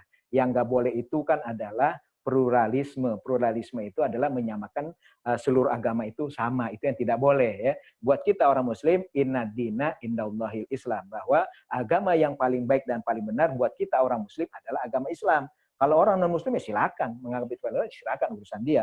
Tapi dalam masalah kebenaran Islam, kita seorang muslim, maka yang kita akui adalah inna dina indallah Islam. Tapi Islam mengajarkan toleransi. Apa itu toleransi? Kita menghormati perbedaan agama, lakum dinukum waliyadin. Makanya, ya, bolehkah kita hadir dalam sebuah kegiatan silaturahim? Itu sangat boleh dianjurkan ya, karena kita tetap menjaga satu itu tadi ya, ada ahlul rajul, ada ahludin gitu. Dia keluarga karena seketurunan anak anak dari seorang bapak atau ibu. Nah, ada keluarga dalam konteks seagama ya. Ketika memang kita berbeda agama, maka ahlun dikatakan oleh Ar-Raghib Al-Isfahani tadi dalam konteks agama dia tidak termasuk ahlun ketika berbeda agama, tapi dia tetap masih saudara gitu kan dalam konteks tadi. Maka sangat boleh kita hadir dalam konteks yang sifatnya umum gitu, bukan ibadah yang mereka lakukan kemudian kita hadir dalam ubudiyah yang mereka lakukan. Ini tidak boleh. Ini sini penting komitmen keimanan kita, lakum dinukum waliyadin, karena ini prinsip atau akidah, maka tidak boleh dilanggar ya. Barangkali boleh kita hadir setelah acara keagamaan mereka selesai. Habis kita hadir kemudian kita datang mengucapkan selamat dalam konteks persaudaraan, tidak dalam konteks membenarkan ajaran yang mereka lakukan, karena kita punya ajaran yang kita yakini, tanpa harus kita bedakan bahwa apa yang kita miliki ini kemudian lebih baik daripada dia. Enggak, biarkan saja, karena ini masalah hidayah. Masalah hidayah itu tidak bisa dipaksakan. Biarlah yang Allah yang menggerakkan hati-hati mereka, sehingga mereka juga bisa menikmati keimanan sebagaimana manisnya iman yang kita miliki saat ini. Wallahu a'lam. Masya Allah. Jazakumullah Ustaz, setelah menjawab dengan begitu jelas atas dua pertanyaan tadi, mudah-mudahan cukup jelas Pak Sepki dan Pak Molbi yang tadi bertanya langsung tentang pertama bagaimana tentang kedudukan nafkah orang tua terhadap anak gitu, dan yang kedua tentang bagaimana menghadapi keluarga besar yang bervariasi agamanya. Baik, Bapak Ibu yang kami muliakan, kita akan masuk sesi kedua atau insya Allah sesi terakhir pertanyaan di acara Serum di hari ini. Karena kita mengadakan 2 sesi saja Bapak Ibu. Alhamdulillah ini juga sudah ada beberapa pertanyaan yang masuk, insya Allah nanti akan saya bacakan. Namun sebelum saya saya bacakan sesi kedua, Bapak Ibu dan rekan-rekan semua di screen atau di layar, teman-teman bisa lihat, Bapak Ibu bisa lihat ada beberapa informasi yang ingin kami sampaikan kepada Bapak Ibu semua, dan mudah-mudahan informasi ini bisa bermanfaat untuk kita semua. Yang pertama, informasinya insya Allah SEBI masih membuka penerimaan mahasiswa baru. Ini mungkin Bapak Ibu ada sanak famili, saudara yang saat ini akan kuliah di tengah kondisi sulit ini, insya Allah SEBI masih membuka penerimaan mahasiswa baru yang tesnya itu cukup di rumah saja. Nah, tesnya itu cukup di rumah saja, biaya pendaftarannya itu 300.000, insya Allah. Nah, untuk tesnya Bapak Ibu semua, SEBI membuka tes penerimaan mahasiswa baru itu setiap hari Jumat, pukul 8.00 dan sampai pukul 12.00. Sekali lagi, SEBI membuka penerimaan mahasiswa baru setiap hari Jumat. Bapak Ibu yang sanak familinya ada yang berminat untuk tes di SEBI, cukup standby di rumah saja. Cukup sambil rebahan saja kalau generasi anak milenial. Bapak Ibu bisa tes di rumah saja setiap hari Jumat pukul 8 sampai pukul 12.00 WIB. Nah, Bapak Ibu yang ingin bertanya lebih lanjut bisa mengunjungi website SEBI www.sebi.ac.id. Nah, yang kedua Bapak Ibu semua, alhamdulillah acara ini dilaksanakan oleh lembaga Cybersih Stay SEBI dan juga SEBI Social Fund. Nah, SEBI Social Fund ada program, Bapak Ibu bisa lihat di layar, programnya adalah memberi kesempatan lebih banyak putra daerah untuk menggapai impian. Perlu kami informasikan pada Bapak Ibu semua, kurang lebih hari ini ada 1.000 mahasiswa aktif yang ada di Stay SEBI, dan alhamdulillah kurang lebih 50% itu penerima beasiswa 100%. 50% penerima beasiswa 100%, dan 50%-nya lagi ada yang 75%, ada yang 50%, dan ada yang 25% lagi. Insya Allah SEBI senantiasa memberikan yang terbaik untuk umat, dan salah satu lembaga yang mensupport beasiswa itu adalah lembaga SEBI Social Fund, yang tadi Bapak Ibu bisa lihat programnya di layar. Jika Bapak Ibu akan memberikan donatur kepada adik-adik di SEBI, bisa melalui lembaga SEBI Social Fund. Nah, Bapak Ibu yang kami muliakan, sekali lagi agenda Serum ini adalah agenda kerjasama antara Cybersih, SEBI Social Fund, dan didukung oleh lembaga Zakat Sukses. Baik, Bapak Ibu yang kami muliakan, selanjutnya kita masuk sesi yang kedua. Ada beberapa pertanyaan. Tadi sambil Ustadz istirahat, Ustadz ya, Masya Allah sepertinya lelah sekali. Mohon maaf Ustadz jika terlalu lelah. Bisa Ustadz 3 pertanyaan lagi Ustadz ya? Insya Allah. Insya Allah, baik Ustadz. Pertanyaan yang pertama Ustadz, bagaimana ketentuan nafkah anak terhadap orang tua ketika anak sudah berkeluarga? Pertanyaan dari Bapak Ahmad Baihaqi, bagaimana ketentuan nafkah anak terhadap orang tua ketika anak sudah berkeluarga? Pertanyaan yang kedua Ustadz dari Bapak Muhammad Rashid, bagaimana kedudukan antara orang tua kandung dan mertua? Bagaimana kedudukan antara orang tua kandung dan mertua? Eh, ternyata masih banyak pertanyaannya Ustadz. Dan pertanyaan yang ketiga, ini sesuai dengan urutan chat saja Bapak Ibu. Bagaimana pandangan Islam terhadap pernikahan siri Ustadz? Dari Ibu Nining Nur Hasanah. Saya ulang Ustadz, pertanyaan pertama, pertanyaan pertama, bagaimana ketentuan nafkah antara anak terhadap orang tua ketika anak sudah berkeluarga. Yang kedua, bagaimana kedudukan antara orang tua kandung dan mertua. Dan yang pertanyaan ketiga, bagaimana pandangan Islam terhadap pernikahan siri. Mungkin cukup 3 dulu, Ustaz. Nanti jika sudah ada waktu, mungkin ada peluang untuk kita buka kembali. Jazakallah, waktu dan tempat kami persilahkan, Ustaz. Jazakallah, syukran Bang Misbah. Langsung saja. Ya Bismillah, saya coba jawab pertanyaan yang pertama dari Pak Baihaqi, ketentuan nafkah pada orang tua. Ya, ketika anak sudah berkeluarga ya. Maka surat Al-Isra 23 yang berbunyi wa qadara rabbuka alla ta'budu illa iyyahu wa bil walidaini ihsana, maka kata-kata ihsan ini sesungguhnya tidak menunjukkan besaran ya. Kecil besar bisa jadi sama saja, yang penting kata-kata ihsan bisa juga diwakili dengan perhatian ya. Tetapi sekali lagi sesuai dengan kebutuhannya, skala prioritasnya mudah-mudahan kita bisa sensitif di sana gitu. Sensitif di sana untuk bisa melihat prioritasnya apa gitu. Kadang-kadang orang tua cuma butuh kuping anaknya aja, dia pengen cerita gitu. Dia tidak butuh duit kita. Ya, tapi dia butuh kuping kita sehingga dia mencurahkan seluruh isi hatinya, dan di situ perasaan lega itu sudah ada ya. Kemudian kita bawakan sesuatu yang barangkali tidak ada harganya ya, barangkali bawa martabak gitu ya. Nah, itu sudah menyenangkan juga. Pertama hatinya udah lega, martabak tadi itu pasti akan mendapat tempat dalam hatinya.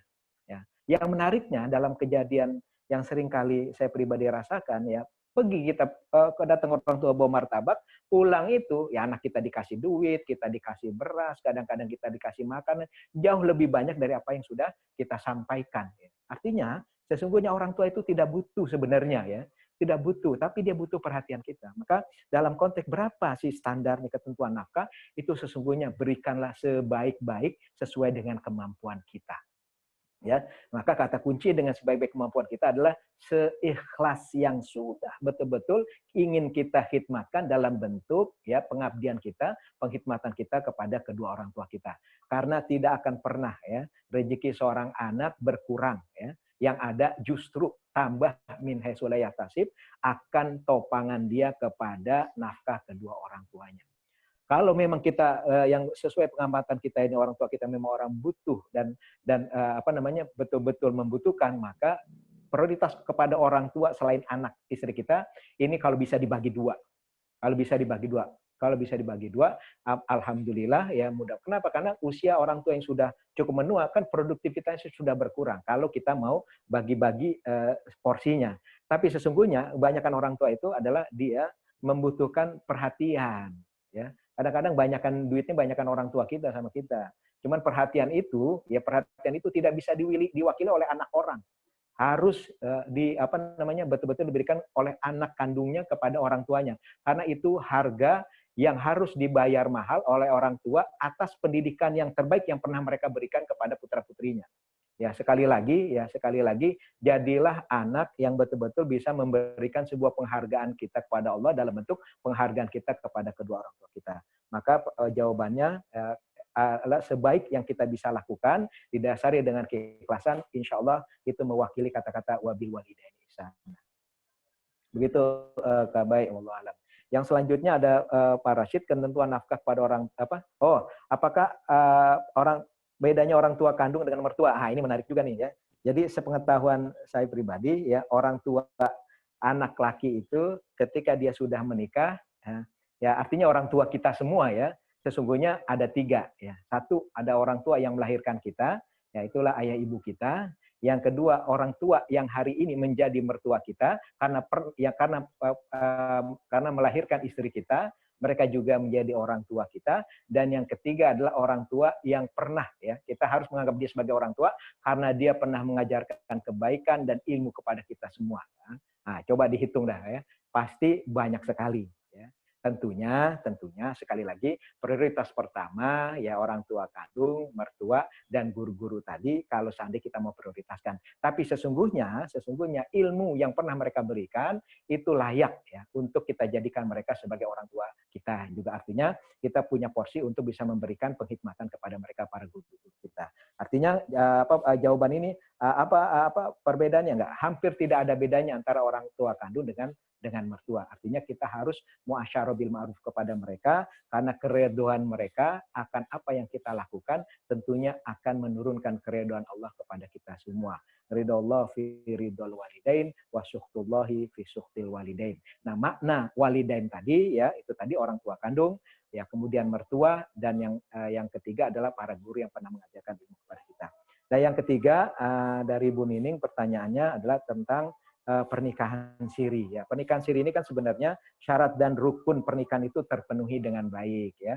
Ada mempelai laki-laki gitu kan, mempelai perempuan, ada mahar, ada wali, dan ada ijab kabul. Cuman masalahnya dia belum didaftarkan di kantor KUA untuk dicatat di catatan sipil. Itu masalahnya. Maka dalam konteks tadi pernikahannya sah secara hukum agama. Namun nih sekali lagi perlu digarisbawahi kurang afdol karena aturan negara kita mengharuskan setiap orang yang sudah menikah harus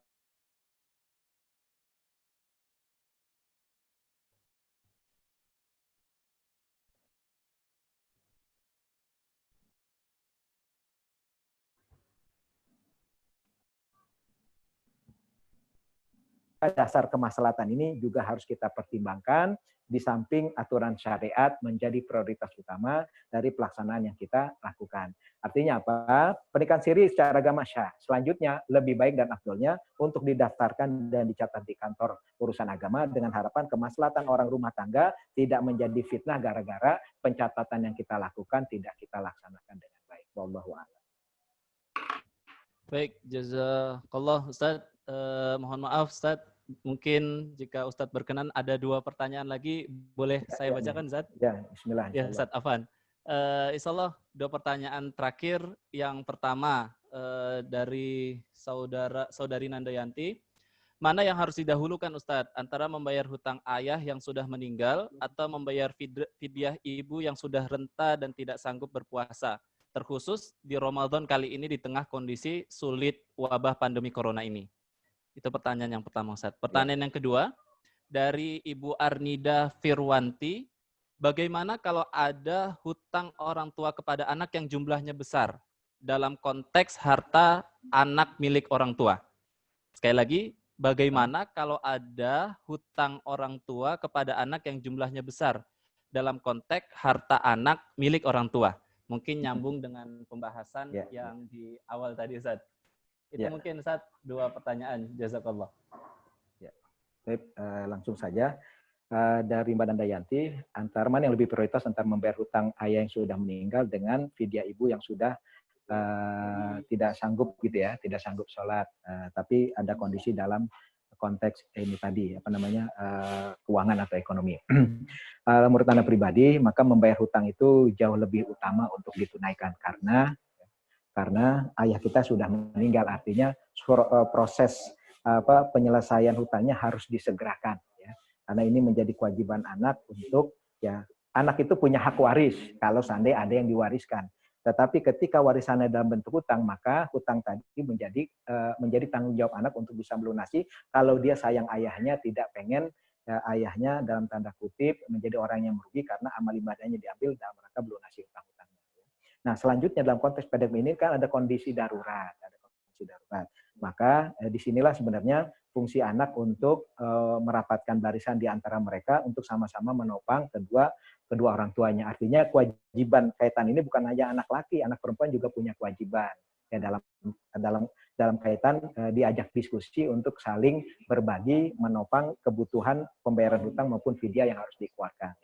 Sekali lagi begitu, harus dibangun pengertian satu dengan yang lain. Insya Allah ya, insya Allah akan terbangun dan akhirnya bisa menyelesaikan satu persatu. Tapi bicara prioritas, maka yang prioritas adalah bagaimana kita bisa melunasi hutang-hutang yang dimiliki oleh ayah kita, apalagi beliau sudah meninggal. fidyah tetap menjadi kewajiban, walaupun barangkali tidak bisa kita tunaikan sesuai dengan apa yang harus kita laksanakan karena kebutuhan atau kekuatan finansialnya tidak ada, karena sudah dibayar buat hutang aja. Yang selanjutnya, bagaimana hutang orang tua kepada anak yang jumlahnya banyak dalam konteks anta wa maluka li abika. Nah, ini perlu diperhatikan nih. Ya, kenapa orang tua itu berhutang kepada anak? Ya, harusnya bahasa ini tidak ada. Harusnya bahasa ini tidak ada. Apa maksud tidak ada? Berarti kan bisa jadi anaknya yang kurang perhatian akan kebutuhan orang tuanya, atau anaknya kurang perhatian untuk bisa mengendalikan orang tuanya untuk tidak melakukan aktivitas-aktivitas sehingga mereka harus punya banyak hutang. Ya. Inilah komunikasi antara orang tua dengan anak yang harus tetap berjalan harmonis walaupun anaknya sudah berkeluarga. Ya. Artinya pola pendidikan, pengasuhan gitu kan, dan juga komunikasi yang baik dalam rangka oke lah konteksnya misalnya dalam konteks pandemi ini gitu kan, barangkali banyak orang yang kekurangan atau punya keterbatasan dalam aspek ekonomi, maka komunikasi antara anak dan orang tua harus bagus dalam rangka mereka mendistribusikan bagaimana mereka mendapatkan harta, kemudian bagaimana mereka mendistribusikan harta. Maka semangat anak harus juga bisa menjaga agar sikap boros itu tidak terjadi ya, kepada orang tuanya. Nah, kalau kaitannya dalam antawa malu kali abika bahwa harta anak ada harta orang tua, harusnya nggak ada istilah orang tua itu punya hutang sama anak. Ya. Karena dalam konteks wabil walidaini ihsana tidak akan pernah terbalas ya jerih payah orang tua ya kepada anaknya sebesar apapun ya harta yang kita miliki tidak akan pernah bisa terbayar ya terbayar fungsi orang tua, penghikmatan mereka ketika kita tidak berdaya gitu kan, sampai akhirnya kita sudah mulai berdaya, maka semua yang kita miliki sesungguhnya menjadi milik orang tua kita. Maka sekali lagi ya saya melihat bahwa harusnya tidak ada orang tua akhirnya memiliki hutang yang walaupun sejumlah banyak kepada anaknya, karena apa yang sudah dilakukan orang tua kepada anaknya itu tidak akan pernah bisa dibayar oleh anaknya dalam jumlah uang yang banyak sebanyak apapun. Ya. Wallahu a'lam bishawab. Baik, jazakumullah Ustaz Lutfi yang telah menjawab sangat banyak sekali pertanyaan hari ini Ustaz di materi kita. Mudah-mudahan atas jawaban dari Ustaz tadi, Bapak Ibu khususnya yang bertanya mendapat jawaban yang cukup jelas, dan jika mungkin Bapak Ibu masih ada pertanyaan di benak Bapak Ibu semua yang ingin ditanyakan kepada Ustaz Lutfi atau nanti narasumber kita yang lain, Bapak Ibu masih bisa bertanya insya Allah. Karena salah satu fasilitas daripada Serum ini atau Sekolah Ekonomi Rumah Tangga Muslim ini adalah Bapak Ibu masih bisa tetap sharing sesuatu kepada para narasumber kita walaupun acara nanti sudah selesai. Insya Allah nanti akan dibuat grup WhatsApp khusus untuk peserta Serum Ramadan atau Sekolah Ekonomi Rumah Tangga Muslim. Nah, di sini juga tadi ada dari Mbak Yulia dari Lembaga UCARE, minta tolong di-share flyer PMB ya. Insya Allah Mbak akan kita share, dan materi Ustadz hari ini mohon izin juga Ustadz boleh di-share ke peserta Ustadz. Insya Allah juga akan kita share kepada Bapak Ibu semua peserta Serum Ramadan 1441 Hijriah. Alhamdulillahirabbil alamin. Sekali lagi jazakumullah ahsanul jaza Ustadz Lutfi Zulkarnain SAG MESY yang telah memberikan materi tentang fikih rumah tangga hari ini. Mudah-mudahan apa yang Ustadz berikan, apa yang Ustadz sampaikan mendapatkan banyak keberkahan dan tentunya menambah ilmu baru dan kebaikan-kebaikan baru khususnya di tengah umat ini untuk membangun keluarga yang tangguh. Karena tadi yang kita sampaikan di awal, salah satu kunci untuk mewujudkan peradaban Islam adalah dengan membentuk keluarga-keluarga Islam itu sendiri.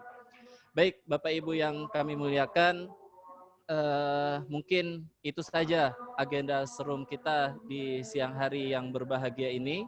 Terima kasih sekali lagi kepada Ustadz Lutfi, dan kami ucapkan terima kasih yang tak terhingga kepada Bapak Ibu semua telah hadir di agenda Serum Ramadan 1441 Hijriah. Di agenda yang pertama ini, insya Allah masih akan ada 5 agenda selanjutnya dengan berbagai narasumber yang telah kita sediakan dan telah bersedia untuk mengisi agenda Serum Ramadan ini.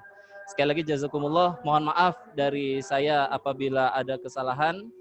Sekali lagi jazakallah Ustaz, jazakallah Bapak Ibu semua.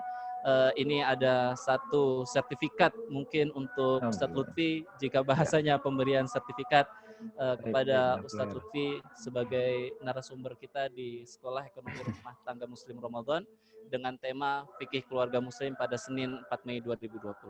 Jazakumullah ahsanul jaza Ustadz Lutfi atas ilmunya yang sangat luar biasa hari ini.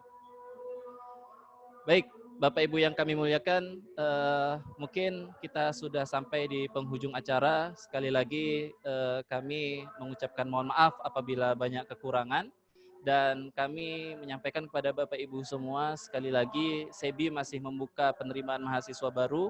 Bapak Ibu jika ada famili, keluarga yang akan masuk atau ingin kuliah di tahun ini, bisa langsung bergabung untuk tes di SEBI setiap hari Jumat. Tesnya cukup di rumah saja, mulai dari pukul 8.00 sampai 12.00. Yang kedua, kami mengajak Bapak Ibu semua untuk memfollow akun Stay SEBI. Untuk Facebook ada Stay SEBI, Instagram ada @staysebi_sebi, dan itu Twitter, dan untuk Instagram ada @staysebi dan SEBI Social Fund. Mudah-mudahan silaturahmi kita tidak hanya terbatas di sosial media ini, namun suatu saat kita juga bisa bersilaturahmi langsung untuk berbagi informasi dan berbagi ilmu. Baik, Bapak Ibu yang kami muliakan, mungkin itu saja agenda kita di siang hari ini. Karena sudah masuk waktu asar, sekali lagi mohon maaf apabila ada kekurangan. Kurang lebihnya, jika ada kekurangan itu datangnya dari kami sendiri, khususnya dari saya sendiri. Jika ada kelebihan itu datangnya dari Allah Subhanahu wa Ta'ala. Mohon maaf jika banyak kekurangan. Mari kita tutup pertemuan yang berkah ini dengan sama-sama mengucapkan hamdalah. Alhamdulillahirabbil alamin, dan doa kafaratul majelis. Subhanakallahumma wa bihamdika asyhadu an la ilaha illa anta astaghfiruka wa atubu ilaik. Dan kita sempurnakan dengan istighfar. Astaghfirullahaladzim, astaghfirullahaladzim, astaghfirullahaladzim. Jazakumullah Bapak Ibu semua, terima kasih sudah bergabung di agenda serum perdana ini. Mohon maaf apabila ada kesalahan. Billahi taufik wal hidayah. Wassalamualaikum warahmatullahi wabarakatuh. Waalaikumsalam warahmatullahi wabarakatuh. Jazakallah Bapak-bapak, Ibu-ibu yang telah bergabung. Ada Pak Adi Dodo